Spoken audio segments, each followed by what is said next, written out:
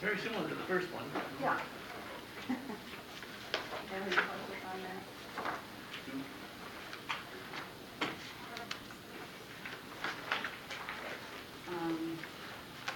Number 7 is to approve payment to the Chiller Auxiliary Fleet. Oh, this is to defray the cost of your annual appreciation dinner. We do this every year. May 20th, our force is there. It'll be right after the cancer walk. Chief, is that same location? No, it's going to be at Crystal Gardens. Crystal Gardens? Yes. Okay, number 8, this is to approve the mayor to execute the Taylor Act 179 Authority Memorandum of Understanding. This is just simply a review of renewal. Yes. Any questions?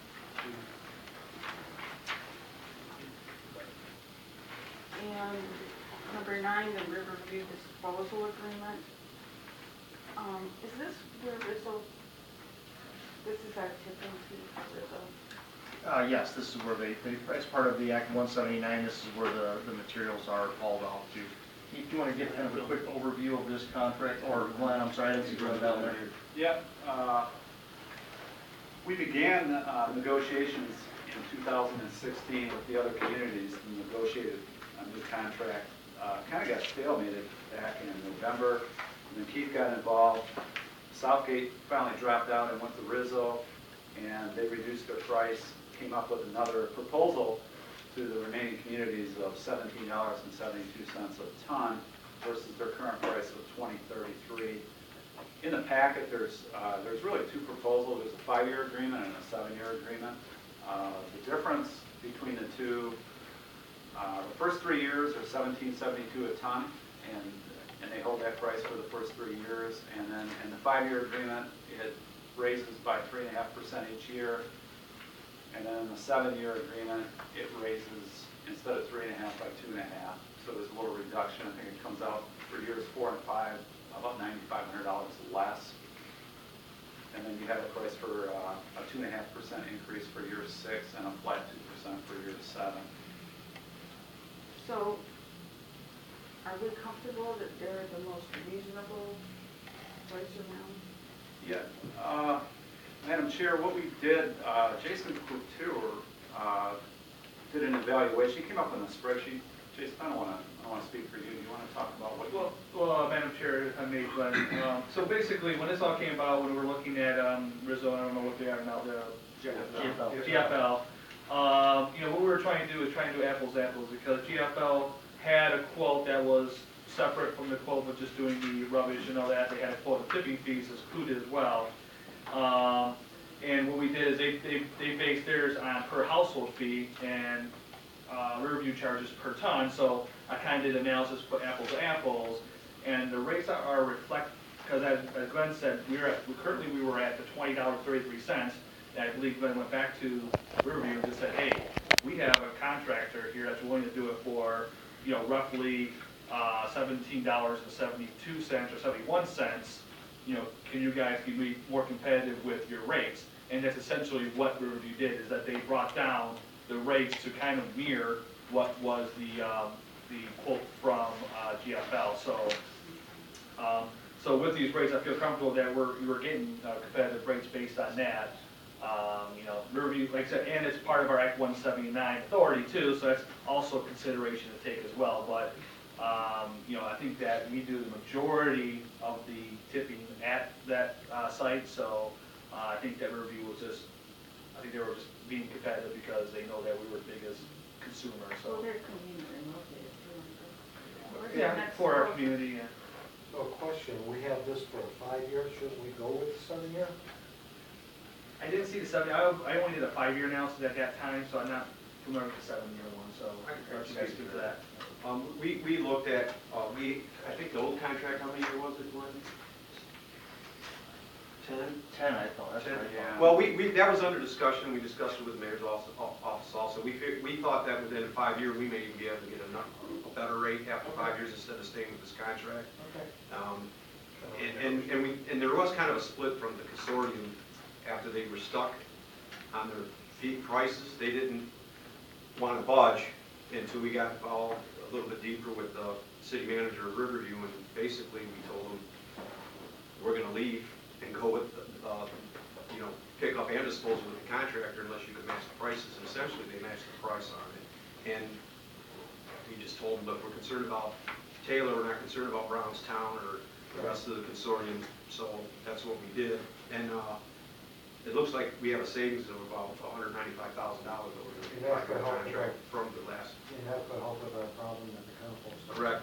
With the savings that we had with the commercial contract and this contract, it's pretty good savings. Well, and to be really clear, when Southgate decided to pull out of the Riverview landfill, it probably helped our cause, because them leaving and going with the contractor basically solidified the reality that Taylor was next. I mean, we were likely going to do the same. Now to be clear with everyone, they are taking it to the incinerator, so there is a difference where it's ending up. So that was going to be my question. How much of our disposal do we take to Riverview, and does any of it go to the incinerator? I don't believe any of it goes to the incinerator. Okay. How about That's what GLF takes. Correct. Okay. What is the recycling out? Reed Community and New Boston. And we're still paying for that, commodities aren't up, or we get anything for it? Actually, just got a check today for $1,500. Hey, So that goes in recycling revenue. It's better than Yeah. sticking eye, right? Yeah, absolutely. Do we have any idea how long Riverview is going to be? Well, Expanding, aren't they? through the chair, Madam Chair, they have a proposal to expand. Okay. And what was going on is when they were negotiating with the consortium and they were holding their prices, we believe that they had a 10-year plan to expand it. And now they reduced their plan, I think, to a 5-year plan to expand it, so the expansion is not going to be as big as it was if we would have went with a longer-term contract at a higher price. So they did reduce their expansion. Okay. And Madam Chair, to Councilman Johnson's question, I believe they're closing down either 9 or 18 holes on their golf course to expand, to allow for the expansion to occur. Well, that's a bummer. Isn't that in a neighborhood? I'm not sure the logistics, but it's close to a The one neighborhood. across the road? No, the other one, the red. That would be gotcha, okay. that would be a mountain view. Yeah, be another ski hill. You're gonna across the street. Trash picketing. Madam Chair, that is correct, they're gonna close down, but I hear it's gonna be to redo the 18 holes. They're Okay. gonna complete redo the 18. So that's on the books for 19 or 20, so, Now there's some plastic cups in the landfill for all the. right.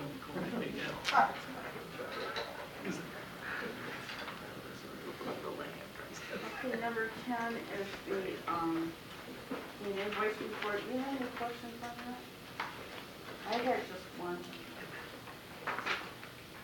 And I probably ask this every time.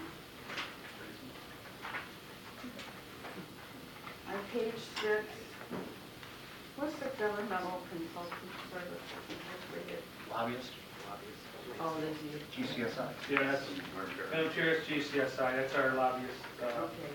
And I believe they're actually paid out of, they're actually paid out of TIFA, Economic Development. 11 is the budget performance report. Any questions on that?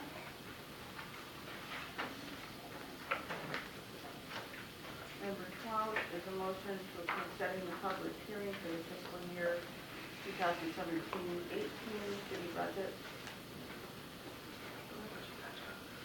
Yeah, Madam Chair, this is similar to previous years. This is the motion to approve setting the public hearing, and last year we did it on the second meeting in on April as well. Just like I said, for anybody, for public to make comment on it, and then council just has to approve it anytime before May 1st, or before May 1st. So. And Michelle, I guess, and yourself are working on the schedule.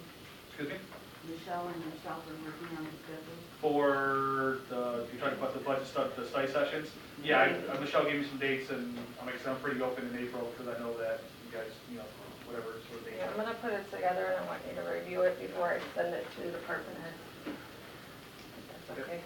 When will this be online for the public to be able to? Like I said, charter is April 1st, that the mayor's version of the budget needs to be given to council, and it'll be a copy of the clerk's office and library. And of course, it'll be on. Okay, number 13 is a motion to approve the purchase of a new postage machine for an amount not to exceed $16,236. The first year, and $23.88 for year 2 through 5 until then we does it. Any comments on that? I guess our old one is in pretty bad shape. And Madam Chair, I believe they're, after this year, they're not going to service it anymore, like the one that we currently have. Keep servicing it. Mm-hmm.